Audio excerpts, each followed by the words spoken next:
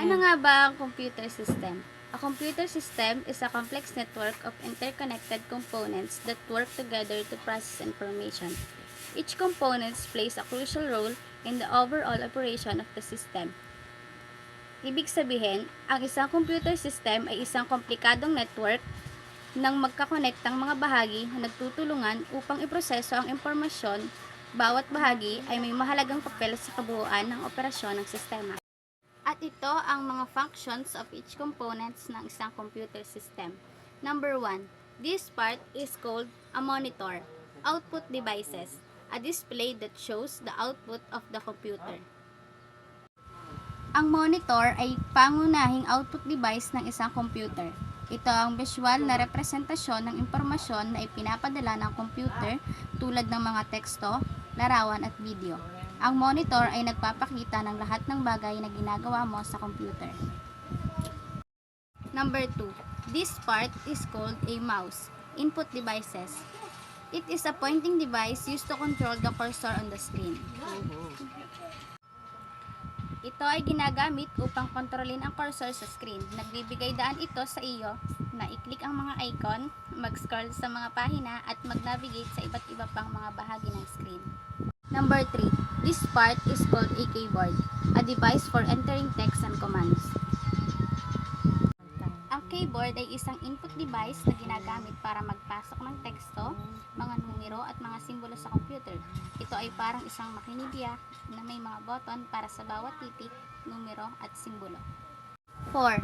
This part is called a hard disk, a traditional magnetic storage device that stores data on spinning platters. Ang hard disk drive ay isang uri ng storage device na ginagamit upang mag-imbak ng data sa isang computer. Ito ay binubuo ng mga magnetic platters na umiikot sa mataas na bilis. Ang data ay naisusulat at nababasa sa mga platters gamit ang isang read or write head na lumilipat sa ibabaw ng mga platters. Number 5. This part is called a random access memory. It's a temporary storage space where the CPU can quickly access data and instructions currently being used. Data in RAM is lost when the computer is turned off. Ang RAM ay isang uri ng memorya na ginagamit ng isang computer upang pansamantalang mag-imbak ng data at mga programa na ginagamit nito. Maaari nating isipin ang RAM bilang isang workspace na ginagamit ng computer upang maproseso ang mga impormasyon. Number 6. This part is called the speakers, devices that produce audio output. Ang speaker ay isang output device na naglalabas ng tunog. Ginagamit ito upang marinig ang mga audio file, musika at mga sound effects. Number 7. This part is called a motherboard. It is essentially the backbone that connects all the other components together and enable them to communicate each other. Ang motherboard ay ang pangunahing printed circuit board sa isang computer. Ito ay nagsisilbing utak ng computer na nagkokonekta sa lahat ng iba pang bahagi. Ang motherboard ay ang naglalaman ng mga socket para sa processor, memory at iba pang mga bahagi. Number 8. Processor or Central Processing Unit.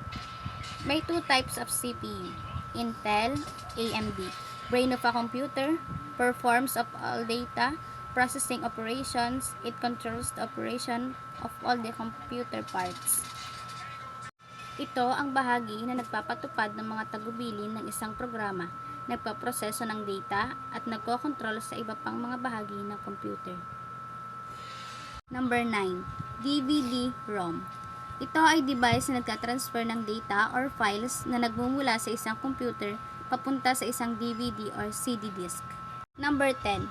Solid State Drive or SSD.